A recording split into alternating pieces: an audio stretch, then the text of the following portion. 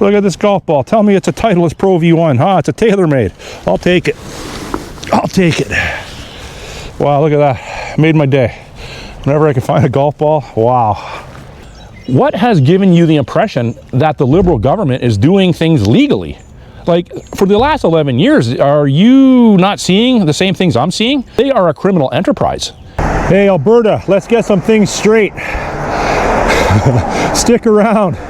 We got to sort a couple things out with my Albertan brethren. I'm out on a bit of a ride, and I go into greater detail with regards to your independence movement and what could potentially happen, and some fallout from my video yesterday with some people that got a little heated on my channel.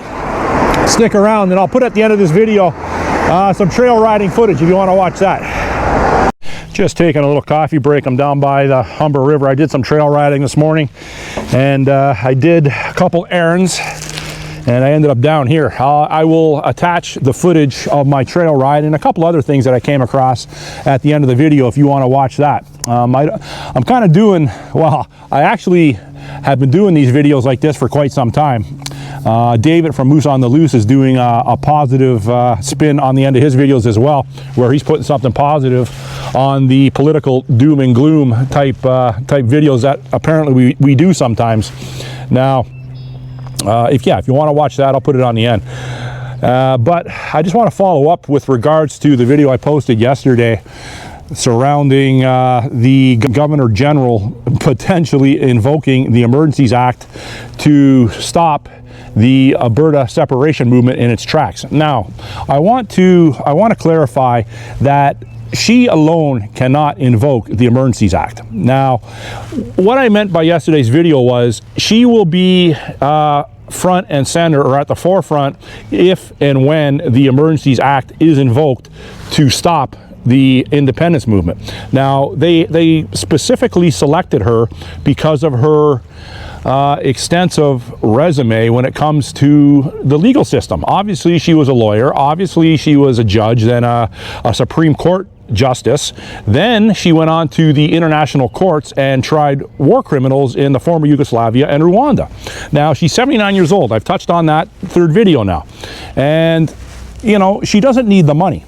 But she is the type of person that is a staunch liberal, and I would say a radical liberal. Now, I'll reiterate that she's not an unintelligent woman. She's a very intelligent woman, and I've seen her over the years, the past couple decades, speak, and actually, you know, when she speaks, I tend to listen because she's articulate.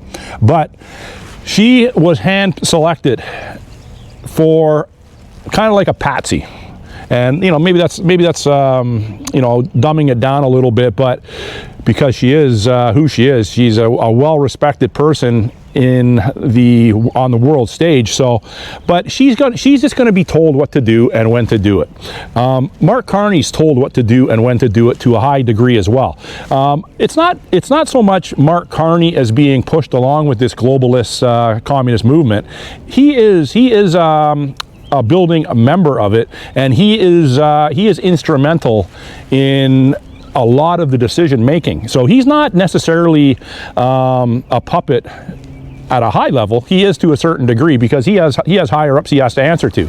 Like Mark Carney had to go to China a year or two ago and get $250 million loan for Brookfield Asset Management. So now, did he need to go to China to get that 250? I don't know. Did he go there to more or less solidify his allegiance with China? Possibly. Maybe it was a bit of a gift from the Chinese government to Mark Carney himself for services that weren't rendered yet. They were upcoming because, let's face it, Mark Carney has been in the wings, waiting in the wings for a couple decades to be put in to a position he's in today. Now, the position of Prime Minister of Canada is not his real position. His position is a world dominance type player. Now, he's not at the top of the food chain, but he's in the top 10. And, you know, does he have more pull than Donald Trump? I would say in a lot of circumstances he does, because Mark Carney, once he vacates the Prime Minister's office in Canada, he will still have international pull. Once Donald Trump vacates the presidency, he will probably be thrown in jail. So that is a distinct difference there. So Mark Carney is a very powerful man. Now, Louise Arbour, she's not a powerful woman whatsoever. Like I said, she's just going to be used in name only. They are going to tell her what to do and when to do it, like I said. And if it comes to the point where she has to instruct the Canadian military to go into the province of Alberta in force, she'll do it. And that will take the heat off Mark Carney, because Mark Carney doesn't control the military. The Governor General does. And with her impeccable background on the world stage, it's going to be justified. And she's already been instructed this is going to happen. Potentially. It's one of the scenarios that could happen. I'm not saying for sure, because I don't got all the answers, okay? People, I don't. Yesterday in the comment section, I'm going to tell you, like whenever I do a video that is associated with the province of Alberta, or the separation movement, or the independence movement, I should say, it garners a lot of very passionate comments in the comment section. I'm getting people, I got one person say in the comment section that I shouldn't have posted the thumbnail and the title the way I did, because it's sending a negative message to the independence movement in Alberta.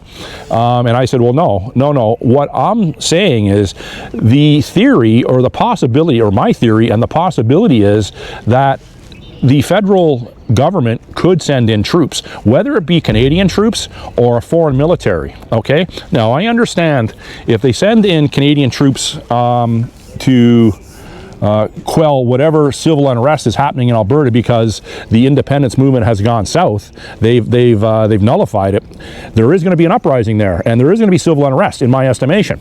Now, on the global stage, if the government of Canada sends in military troops into Alberta, it's not going to look good. And people are saying that Donald Trump and the United States won't allow that to happen, because the United States has inroads with regards to energy contracts. They're invested huge in Alberta, through the oil, through natural gas, whatever resources Alberta has, the United States has been dealing with them for decades. So, and from a humanitarian standpoint, it's going to look very bad. It'll kind of look like a China or a communist type movement if Canada sends in the military.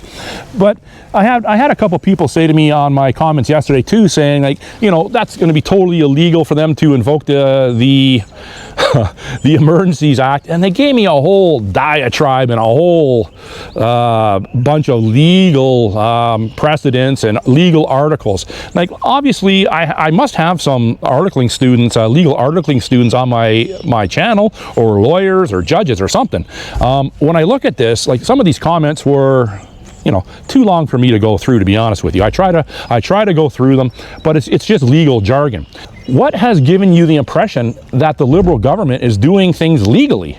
Like, for the last 11 years, are you not seeing the same things I'm seeing with regards to all the scandals, the Aga Khan, the We scandal, the Arrive scam, the Prescribe IT scam, the most recent one in Nova Scotia, the $200 million concrete pad scam? The list goes on and on. They are a criminal enterprise.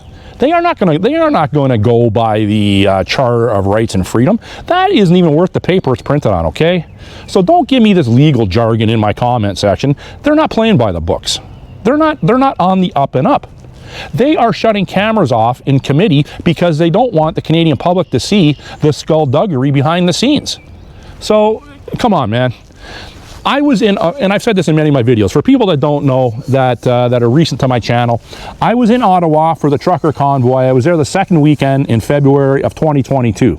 And when me and my friend arrived there, we were there for 3 days. When me and my friend arrived there, or my friend and I, for all you literary giants out there, the first thing I noticed was the way the police had the city cordoned off. I had never seen that before to that extent. And obviously I grew up in Toronto and I've seen lots of police action, but to that extent I have never seen before.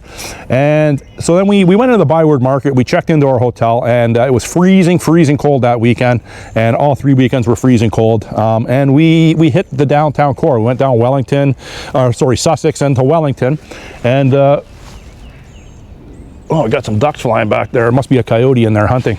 I'm near a marsh area. And So yeah, the first thing I said to my friend, I go, have you ever seen such a buildup of militarized police in your life? And we didn't see, and there was a lot of big cops too, and there was women cops there, but they were peppered in. Like if there was a group of 10 cops, there'd be like one female cop, and these cops were big. And if you don't know, they were from all over Canada. They were brought in from the Newfoundland Constabulary all the way to the Vancouver Police, and they were put up in hotels all over the city, including the Chateau Laurier, which I've stayed at twice, and it's a very upscale hotel, and it's very expensive to stay there. So if I was a cop, it would have been good to be put up there for free. So anyhow, yeah, so I said to him, I go, like, look how these cops are in groups of no less than 10, and they are marching in unison like military, and they're all dressed up in the tactical gear. That's been in Canada for a long time, where they dress in they're all tacked out, and they if you didn't know they were police, you would think they were military. And that's the way the police force has gone in North America for sure, is a militarized police force. So what's the difference if they send in the army, other than, you know, it's the army, or they send in cops that are trained better than the army in a lot of cases, especially to deal with crowd control, and they bring in police horses. They bring in the police horses as well. Now, I believe some police jurisdictions out in Alberta have mounted units as well. I believe Edmonton and Calgary both have mounted units. So, and the RCMP does, but I don't think the RCMP use horses for anything other than demonstrations and parades, stuff like that. Bit of a tangent, sorry. So at the end of the day, if the independence movement, for whatever reason, is nullified, whether it be they don't certify the petition, the 300,000 signatures, because apparently there was some sort of Russia collusion where they hacked the system, and it's Russia. They always throw that. They always got to throw in some sort of conspiracy to debunk the legitimacy of the movement. That's what they do. It's I don't know, CIA 101, so to speak, like psyops, dark ops, whatever you want to call it. They put the bug in at the ground level to say, no, something's wrong here. So then the government will go in and they will tie it up or quagmire it in the court system. Now, we know the judges are all appointed by the Liberals. So it's a wink, wink, nudge, nudge to the judge that is presiding over any one of these legal challenges against the independence movement. And that guy, what's his name? Jeff Rath, sorry, name escaped me for a second. I'm getting people, or one person on my comment section yesterday tell me that Jeff Rath wants the Canadian government, along with the natives, to take over the land in Alberta. So they're more or less, this person was more or less saying that Jeff Rath is someone that is not working in the best interest of Alberta. Now, but I don't know. I haven't dug deep enough into it, and I'm from Ontario, so obviously there's going to be a lot of people in Alberta, when they hear this, are going to think, well, Dewey, that's completely absurd. Like, Jeff Rath is our guy. And I'm not saying that he isn't, okay? I'm just saying what this person said to me. I'm just a messenger, so don't freak out. I know you Albertans get a little heated, okay? And there are a couple of us in Ontario that are going to support you and do support you, so simmer down a little bit. So yeah, so I don't know if this Jeff Rath guy is on the up and up, but from what I've noticed, or I've seen since the start of this, I think he seems to be the guy that is got his heart and his mind in the right game. Now, having said that, I've also said in past videos that the Alberta separation movement or independence movement is going to be derailed. The government is not going to let the golden goose, the cash cow, the most prosperous and resource-rich province in the country just walk out the door. Mark Carney's going to hold the door and let Alberta walk out? No, he's going to do every dastardly thing he can think of to ensure that Alberta doesn't leave. Now, people also say, mostly the indoctrinated Liberals that have drank way too much of the Liberal Kool-Aid, they're going to say that it's traitors, it's treasonous the way the Albertans are behaving. But you got to ask yourself a question. Staunch Liberals, indoctrinated Liberals, you got to ask yourself a question. Why are we at this point? So you virtue signaling, moral superiority complex Liberals think you are better than a great percentage of Canada. You are better, or I should say a great percentage of conservative voters and people that live in Alberta, and you're not. So you got to get off your high horse, because you don't know what it's like to be out in Alberta. You don't know what it's like to have that kind of prosperity, and you know, to have a homeless issue out there, to have drug addiction, to have food banks out there at capacity. It doesn't have to be this way in Canada. So for you liberals that keep on bringing up the same liberal talking points, the same liberal rhetoric, that Mark Carney has a long-term vision. Mark Carney is doing what's best to keep Canada together. Mark Carney is doing these deals in Europe and in China so we don't have to rely on the United States. Now, I haven't sworn in my last couple videos, but I'm going to tell you right now, if you think that we're going to replace the United States with China and with Europe, you're out of your fucking mind. The United States is an hour away from where I'm sitting. Do you know how far China is away? Do you know how far Europe is away? Like, come on, man. It's nonsensical. Now, a lot of people, you know, haven't said this, but they're just, or a lot of people have as well. They're just riding out the Trump administration. They're going to ride that out. But I'm going to tell you that people like me, doesn't matter my age, people like me, there is always going to be a percentage of the population that think like me. So we're not going away anytime soon. And there's going to be people that are going to always push back against what is wrong. And having people in this resource-rich country living in tents, drug addicted, doing the fentanyl hunch on streets everywhere across this country, Indigenous women going missing. Okay, you want to talk about Indigenous? Okay, let's not talk about the 215 in Kamloops, because that's a scam. But there are Indigenous women going missing. Let's talk about that. How come the federal government isn't throwing, well, they are throwing money at it, but how come that isn't talked about every day? Let's find out where these Indigenous women are going. Never mind making bullshit deals with Europe, thinking that because we got a prime minister now that thinks he's European and wants to align himself with Europe. No, that's not how this works. We're North American. We're not European. Okay? So this little fork-tongued lizard hunchback gink gets installed as prime minister, and all of a sudden we're European? No, I have European ancestry. 100% of my ancestry is European. I could give two fucks about them. I'm Canadian.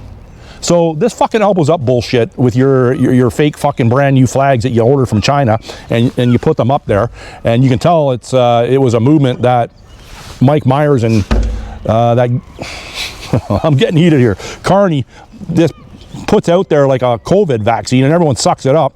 Now it's hantavirus. That's coming. Get lined up for that.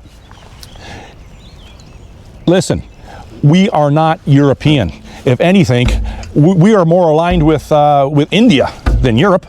We're more aligned with Somalia than Europe. In this city and in the Greater Toronto area, there's not a whole lot of Europeans coming here anymore. Come on, Europe! Fucking make me laugh, man. Anyhow, I just want to finish this video up. I went off on got a little heated there. So anyhow, yesterday also in my comment section, I'm having a lot of people discussing or very boldly putting across comments if the military does come into Alberta, or if the independence movement is quashed, people are going to take up arms. Okay, these like, listen, stop with that on my comment section. Okay, I understand your passion, but you're not doing anyone a favor by talking like that on a public forum. I don't condone that. Okay, I understand push could come to shove in this country. I'm well aware of this, and if I have to take it up a notch from just doing videos, well, we'll cross that bridge when we come to it. But I don't need to hear from a lot of people out there that are legal licensed owners. I understand that, don't get me wrong, and I respect those people, trust me. I have no problem with that whatsoever. I am pro that. So, but the thing is, it's not my YouTube channel is not the forum to make those comments. I had to delete some were like really like, you could have the cops knocking on your door. That's what I'm trying to say. So I deleted those. Now I'm sure, you know, there's people watching my channel that are taking record of that. So, hey, it's got nothing to do, I put the channel out there. You got to police yourself. You got to govern yourself accordingly. And that's all I'm going to say about that.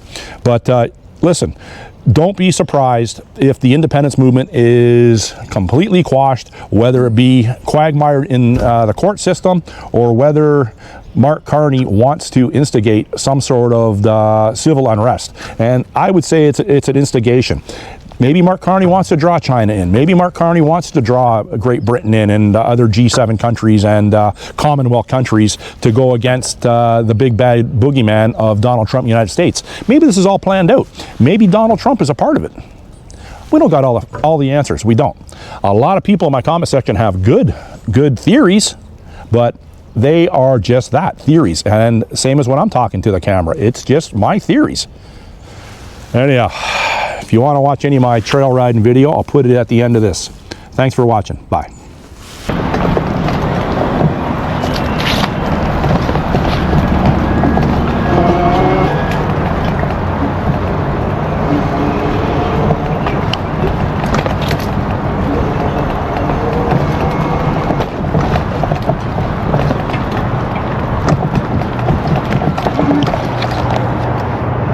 Well, I want to go down this trail here. Now I could walk my bike around that fallen log, or I could chop it out of the way.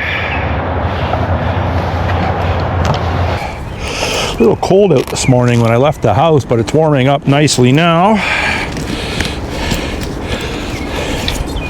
I always carry my Silky Gomboy Outback bushcraft saw with me. This is a good size to take care of this log over here. Now, like I said, could go down over there, but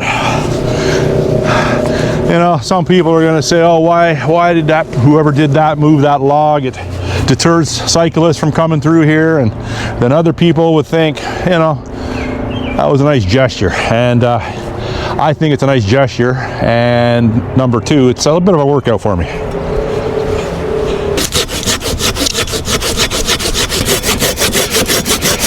And this is hardwood, it's oak.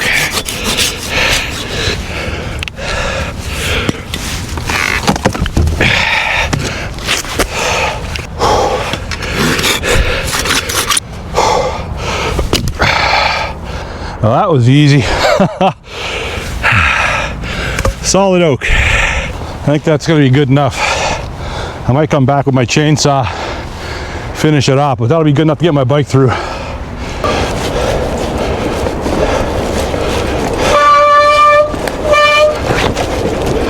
Good enough. This hill is super steep. The camera doesn't do it justice. Whew. Another steep hill, very steep and big and muddy.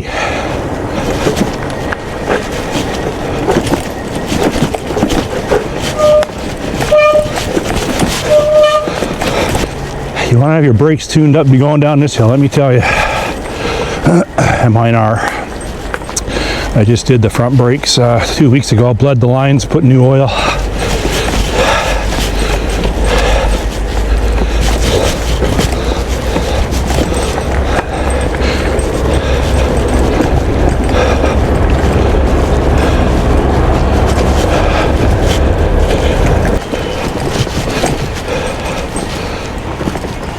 Very nice spot here.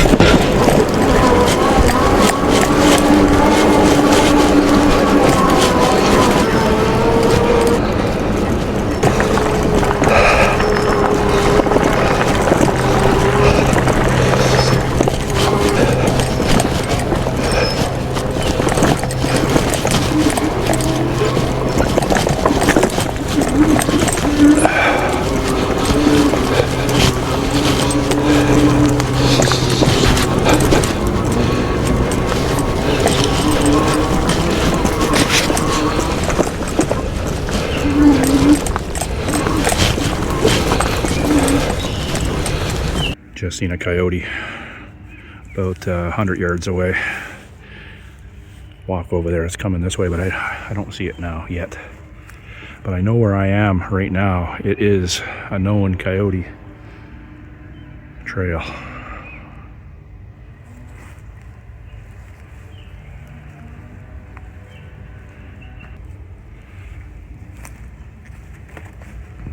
For those that were inquiring about my camera setup, there's my camera setup right now. This is a media mod, but right now I'm running the external mic, the DJI Mini, and I'm wearing that right now. And this is the fluid head, so I can do the 360 shots up, down, and it's very smooth. It's a pretty good fluid head. Got an attachment on the handlebar, but I can also move it up to the supplemental attachment that I installed on the handlebars here. And right now I'm running one light. My other light goes there, and I have another light down in here. So I have about 6,000 lumens of light. So at night, if I were to put all 3 lights on right now and light up this hill over here, it would be very, very lit up. The bike has quite a bit of light on it for night riding, and I haven't done any night riding in a little while. I'll have to get out and do some this year. But I'm pretty sure with me yapping like this, I scared the coyote away.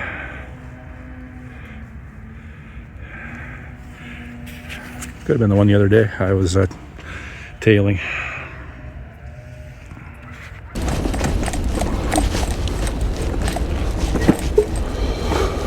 It's a pretty steep little hill here.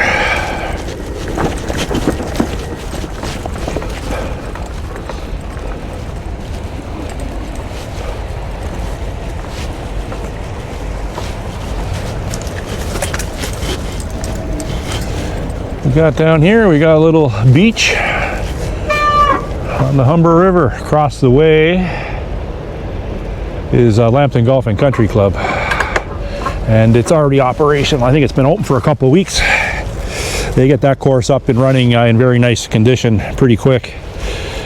For the amount of money you have to pay to golf there, I would expect nothing but that. I haven't been down in this area since I was a kid.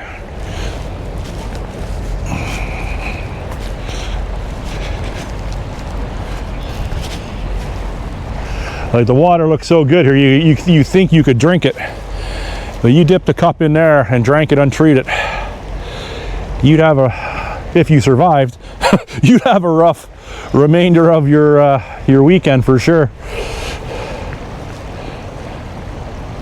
It does look very nice. Maybe I can start losing some of the cold weather riding gear. Taking on a little tour down here.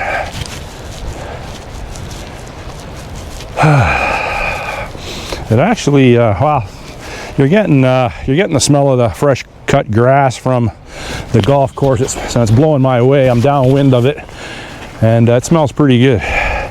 Like, you look at this, like the river, it looks pristine. And I have to say, there isn't a whole lot of garbage here. A little bit, obviously, because when the water comes up, it's going to drag garbage, street garbage away, and going to wash it up higher on the banks. Look at this golf ball. Tell me it's a Titleist Pro V1. It's a TaylorMade. I'll take it. I'll take it. Wow, look at that. Made my day. Whenever I can find a golf ball, wow. I like finding the Pro V1s. But TaylorMade's a pretty good ball. With the amount of balls I lose when I golf, I could take all the help I can get.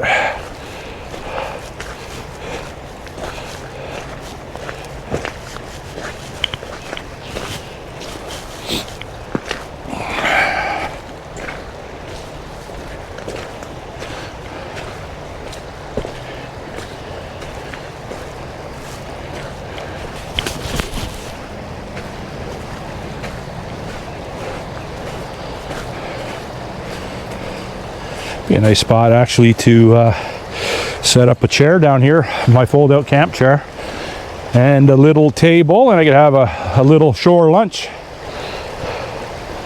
But I didn't bring my chair today. I do have my table on the bike.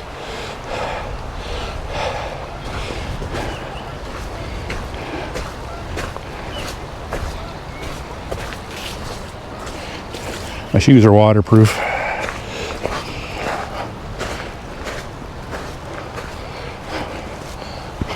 So that's what this bike is designed to do. When I first envisioned it, it was to do exactly this, but in an emergency situation. And like I said in my video yesterday, it's morphed into just getting into places a lot quicker than I could hike. And I can bring a lot more gear with me. And when you bring the gear, you're letting the bike do the work. It's not on my back. Let's continue on.